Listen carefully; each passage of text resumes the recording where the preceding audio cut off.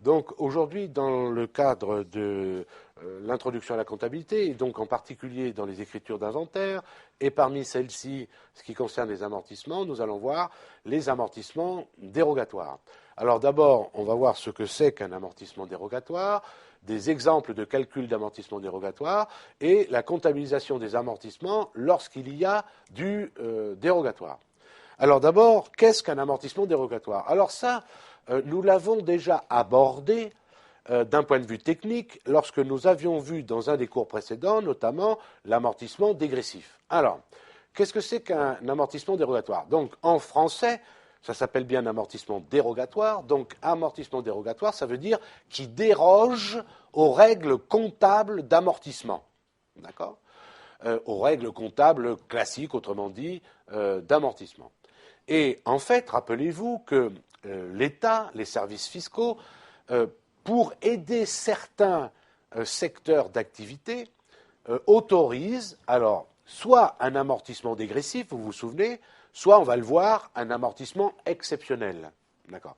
Amortissement dégressif ou amortissement exceptionnel, ça veut dire que l'État, les services fiscaux, autorisent l'entreprise à amortir plus vite, plus fort, fiscalement parlant, l'immobilisation, que comptablement, bien entendu. Alors je vous rappelle pourquoi c'est intéressant pour une entreprise. C'est toujours intéressant pour une entreprise. Pourquoi? Parce que comme on l'a vu, vous vous souvenez, l'amortissement dégressif, quand il est autorisé, au départ, les premières années, est plus important que l'amortissement comptable, qui est souvent du linéaire. Très bien. Comme l'amortissement dégressif est plus important, ça veut dire qu'il y aura plus de charges, et comme il y aura plus de charges, ça veut dire qu'il y aura moins d'impôts. Donc c'est dans ce sens-là que l'amortissement dégressif ou l'amortissement exceptionnel, donc qui sont des amortissements fiscaux, quand ils sont autorisés, eh bien, les entreprises doivent le choisir parce que ça leur permet, les premières années, d'économiser de l'impôt sur les sociétés. En revanche, vous vous souvenez, l'amortissement dégressif, et vous allez le voir ici avec le problème avec l'amortissement dérogatoire, c'est qu'après l'amortissement dégressif, donc les annuités descendent, d'accord, et par rapport à l'amortissement comptable, qui serait le linéaire par exemple, eh bien le comptable deviendrait plus important que le dégressif. Dans ce cas-là, eh bien il y aurait une reprise, on le verra, d'amortissement dérogatoire. Donc on est d'accord, amortissement dérogatoire qui déroge à l'amortissement comptable, donc l'amortissement dérogatoire va apparaître quand il y aura de l'amortissement dégressif ou de l'amortissement exceptionnel. Comme je le dis ici, cet amortissement exceptionnel ou fiscalement autorisé sera forcément supérieur à l'amortissement linéaire, bien entendu. D'accord? Alors, je vous rappelle que avant les nouvelles règles comptables, l'amortissement comptable pouvait être l'amortissement linéaire ou l'amortissement dégressif. C'est-à-dire qu'avant les nouvelles règles comptables, on pouvait considérer comptablement qu'on amortissait soit en linéaire, soit en dégressif. D'accord? Eh bien, maintenant, l'amortissement comptable, qui est calculé sur la durée d'utilisation, comme nous l'avons vu, est l'amortissement linéaire, sauf le cas particulier des amortissements proportionnels à l'utilisation du bien. D'accord? Ça, c'est bien l'amortissement comptable. Ceci sera vu plus tard. On est d'accord sur le principe. Alors, les différents cas où l'on doit comptabiliser des amortissements dérogatoires. Alors, dorénavant, quand je dis dorénavant, entendez avec les nouvelles lois comptables, les comptes d'amortissement dérogatoires doivent être utilisés dans 3 cas. Premier cas, une immobilisation est amortissable comptablement en constant et fiscalement en dégressif. Il y aura une différence entre les deux, l'amortissement fiscal et l'amortissement comptable, donc on fera apparaître de l'amortissement dérogatoire. Deuxième cas, et donc ça c'est ce qu'on va voir maintenant, deuxième cas, il y aura de l'amortissement dérogatoire lorsque la durée d'usage d'une IMO, durée d'usage, durée de vie fournie, autorisée par l'administration fiscale, est inférieure à sa durée d'utilisation. Durée d'utilisation, c'est la durée que l'entreprise choisit pour son IMO. Eh bien, je répète encore, il y aura de l'amortissement dérogatoire lorsque la durée d'usage d'une IMO est inférieure à sa durée d'utilisation. Nous verrons ça dans un cours spécifique. Troisième cas, il y aura de l'amortissement dérogatoire lorsqu'il existe, s'il existe, une valeur résiduelle pour une immobilisation. Nous en avions déjà parlé dans un cours qui s'appelait Vocabulaire sur les amortissements. Une valeur résiduelle, c'est-à-dire lorsqu'on connaît dès le départ le prix de cession potentiel d'une immobilisation à la fin de sa vie. Ça, on le verra également dans un cours suivant, spécifique, où je ne parlerai que de cela, bien entendu. Donc, quel est le mode de calcul des amortissements dérogatoires? Alors, au niveau du principe, c'est pas compliqué. L'amortissement dérogatoire, ça va être quoi? L'annuité d'amortissement fiscalement autorisée, donc par exemple annuité dégressive, donc par exemple annuité exceptionnelle, moins l'annuité d'amortissement comptable, c'est-à-dire le plus souvent en linéaire. Est-ce que tout le monde est d'accord? Okay. Ben, la différence entre les deux annuités, on fait simple, le fiscal et le comptable, ça s'appellera l'amortissement dérogatoire.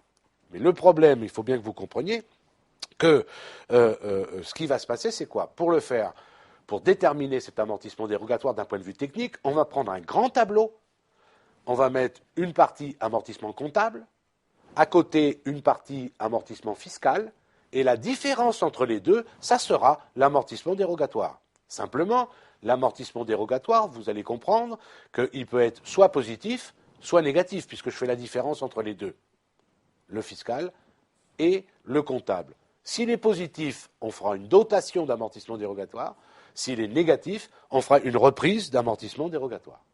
Alors bien sûr, on va illustrer tout ça avec des exemples. Premier exemple, énoncé, achat d'une machine 100 000 € hors taxe le 1er juillet 2006, durée d'utilisation 5 ans, l'exercice coïncide avec l'année civile, et je dis cette machine est amortissable fiscalement en dégressif. Je vous demande de calculer l'amortissement dérogatoire chaque année de vie du bien, ou si vous préférez, présenter le plan d'amortissement du bien. Alors, première chose, ici à titre pédagogique, bien sûr, je n'ai pas pu vous faire le tableau grand en entier, donc je l'ai décomposé en plusieurs parties. Vous mettriez votre feuille en format paysage, et vous les mettriez, bien entendu, les uns à côté des autres. Donc, l'amortissement comptable, donc ici le constant, rappelez-vous ce que je vous ai toujours dit, avec un tableau d'amortissement constant, si le bien est acheté en cours d'année et qu'on fait le tableau en entier, il faut une ligne supplémentaire pour l'amortir complètement. Donc ici, le bien avait une durée de vie de 5 ans, il a été acheté en cours d'année, donc le tableau en entier va comporter 1, 2, 3, 4, 5, 6 lignes. Est-ce que tout le monde est d'accord? Je mets bien les dates d'inventaire. Base d'amortissement, c'est du constant ici, donc c'est toujours le même. Le taux, c'est du constant, donc c'est toujours le même, on est bien d'accord. Les annuités, on justifie la première et la dernière, souvenez-vous du cours, d'accord? Alors ici, c'est très simple, hein, 10 000, c'est quoi? Ben, c'est 100 000 € fois 20%, fois 180 sur 360, parce que pour simplifier, j'ai dit que l'IMO avait été acheté le 1er juillet. D'accord? Donc ça fait la moitié. Les annuités cumulées et la VNC. La dernière annuité cumulée, ça fait bien 100 000. La dernière VNC, ça fait bien 0. Est-ce qu'on est tous d'accord avec ça? D'accord? Très bien. Maintenant, à côté, regardez bien. Je mets cette fois-ci le fiscalement autorisé, c'est-à-dire ici le dégressif. Alors, rappelez-vous. Rappelez-vous que ici, moi j'ai remis la date d'inventaire à titre pédagogique. Donc vous ne remettriez pas cette colonne-là puisque vous l'aviez déjà dans le début du tableau. Mais ce que je voudrais que vous vous souveniez, amortissement dégressif, moi je vous fais rajouter une colonne, vous vous souvenez, le taux constant par rapport à la durée de vie restante à vivre. Et vous vous souvenez qu'avec l'amortissement dégressif, le nombre de lignes dans le tableau, si on fait le tableau en entier, correspond exactement à la durée de vie du bien. Donc, ici, le bien a une durée de vie de 5 ans, donc le tableau, en dégressif, doit comporter 5 lignes. Est-ce que tout le monde est d'accord?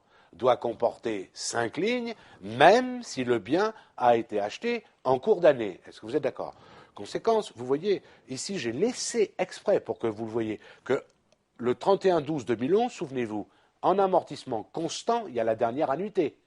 D'accord? Tandis que là, en dégressif, vous voyez, il n'y a pas. D'accord? Mais on le laisse dans le tableau, bien entendu, parce qu'on va en avoir besoin tout à l'heure. On calcule le taux constant par rapport à la durée de vie restant à vivre. Pourquoi faire? Pour pouvoir savoir quel est l'exercice où on arrête d'être en dégressif pour passer en constant. Vous vous souvenez du principe? Lorsque le taux constant par rapport à la durée de vie restant à vivre devient supérieur au taux dégressif, on passe à ce taux constant. D'accord? Ici, le taux dégressif, c'est 35%. Alors là, attention, là aussi, ne vous affolez pas. Pourquoi 35%? Parce que j'ai dit que le bien avait été acheté en 2006, donc c'était les anciens coefficients qui s'appliquaient. Ça serait aujourd'hui, rappelez-vous ce qu'on a dit, pour les biens achetés à partir du 4 décembre 2008 jusqu'au 31/12/2009, les coefficients pour calculer le taux dégressif sont les mêmes qu'avant, mais ils ont rajouté 0,5, on est bien d'accord. Ça ne change rien au problème intellectuel, on est bien d'accord. J'espère que tout le monde me suit. Ça ne change rien au problème. Le principe serait le même, il y aurait toujours 5 lignes, ça ne changerait rien. Qu'est-ce qui changerait? À ce moment-là, si c'était avec les nouveaux taux, ça ne serait pas 35% ici, mais le principe serait le même. Première annuité, souvenez-vous, il faut toujours la justifier. Première annuité prorata temporis, puisque le bien a été acheté en cours d'année, calculé en mois entiers, vous vous souvenez, avec le nombre de mois correspond au mois d'achat. C'est-à-dire qu'on commence à compter à partir du mois d'achat, quelle que soit la date d'achat dans le mois. On est d'accord? Donc les annuités cumulées et les valeurs nettes comptables. Juste comme ça, sans que vous les juxtaposez, mais vous imaginez bien donc que les annuités dégressives ne sont pas les mêmes que les annuités comptables. Est-ce que tout le monde est d'accord? Ok? Alors voilà la dernière partie. Alors moi, ce que j'ai fait dans la dernière partie, pour que vous compreniez bien, j'ai remis les dates d'inventaire à partir du premier tableau jusqu'au 31/12/11. J'ai fait exprès ici de vous refaire, j'ai fait du copier-coller pour l'annuité constante, donc le comptable. Ici, l'annuité dégressive, est-ce que vous voyez? Comme ça, vous l'avez bien sous les yeux, et vous voyez qu'il y a des différences entre les deux. Qu'est-ce que c'est que l'amortissement dérogatoire? L'amortissement dérogatoire, c'est la différence entre l'annuité fiscalement autorisée, ici du dégressif, et l'annuité comptable, ici du constant. Est-ce que vous êtes d'accord? La colonne 2 moins la colonne 1. Le problème, c'est qu'en faisant ça, la colonne 2 moins la colonne 1, est-ce que vous êtes d'accord que c'est soit positif, soit négatif? Regardez la simplicité du raisonnement. Ici, l'annuité dégressive, c'est donc le fiscalement autorisé, vous entendez bien. Ça veut dire que fiscalement, on a le droit d'amortir la première année 17 500 euros. À côté. Ça veut dire qu'en constant, comptablement ici, on va amortir 10 000 euros. Est-ce que vous êtes d'accord? Ça veut dire donc en français que fiscalement, on a le droit d'amortir 7 500 euros de plus que ce que l'on a choisi comptablement. Conséquence, l'amortissement dérogatoire, ici, ça va bien être une dotation, entendez, une dotation supplémentaire à l'amortissement comptable de 7 500 euros. Est-ce que vous êtes d'accord? Conséquence, regardez bien, qu'est-ce que ça veut dire concrètement, simplement? Ça veut dire qu'une fois que j'aurai comptabilisé l'amortissement constant, tel que nous l'avons vu la dernière fois, et que j'aurai comptabilisé la dotation supplémentaire que m'autorise le fisc, la somme des deux, qu'est-ce que ça va me donner? La dépréciation que j'ai le droit d'enregistrer fiscalement. Qu'est-ce qu'il dit? Il est en train de vous dire que comptablement, on a passé 3/4 d'heure la semaine dernière là-dessus, à enregistrer l'amortissement comptable. On va passer, rappelez-vous, 681 à 28. C'est bien une charge pour, ici, 10 000 euros. Est-ce que vous êtes d'accord? Or, fiscalement, vous avez le droit d'amortir pour 17 500 euros. Conséquence, comptablement, vous allez rajouter une dotation supplémentaire de 7 500 euros. Conséquence, la charge pour l'année 2006 au total, il y aura 10 000 euros l'amortissement comptable, plus 7 500 euros la charge qui constate l'amortissement dérogatoire. 10 000 plus 7 500, ça fait bien une charge au total de 17 500 euros. Est-ce que tout le monde me suit? Je prends la deuxième année. La deuxième année, comptablement, j'enregistrerai pour 20 000 euros, c'est ce que l'entreprise a choisi, etc. Fiscalement, on aurait le droit d'amortir sur 28 875. Est-ce que vous voyez que ça veut dire que fiscalement, on a le droit d'amortir 8 875 euros de plus que ce qu'on a choisi comptablement? Est-ce que tout le monde est d'accord? Conséquence, on va amortir au 31/12/2007 ici 20 000 euros comptablement, d'accord? Donc 681 à 28 pour l'amortissement comptable, et on rajoutera 8 875 euros d'amortissement de charge. On va le voir qui est une charge exceptionnelle. La somme des deux charges, le comptable et le dérogatoire ici, ça fera bien 28 875, ce qui correspond exactement à la charge que vous avez le droit d'enregistrer fiscalement. Et enfin, je vais vous montrer un autre exemple, bien entendu. Pour le 31/12/2008, comptablement, vous auriez amorti 20 000.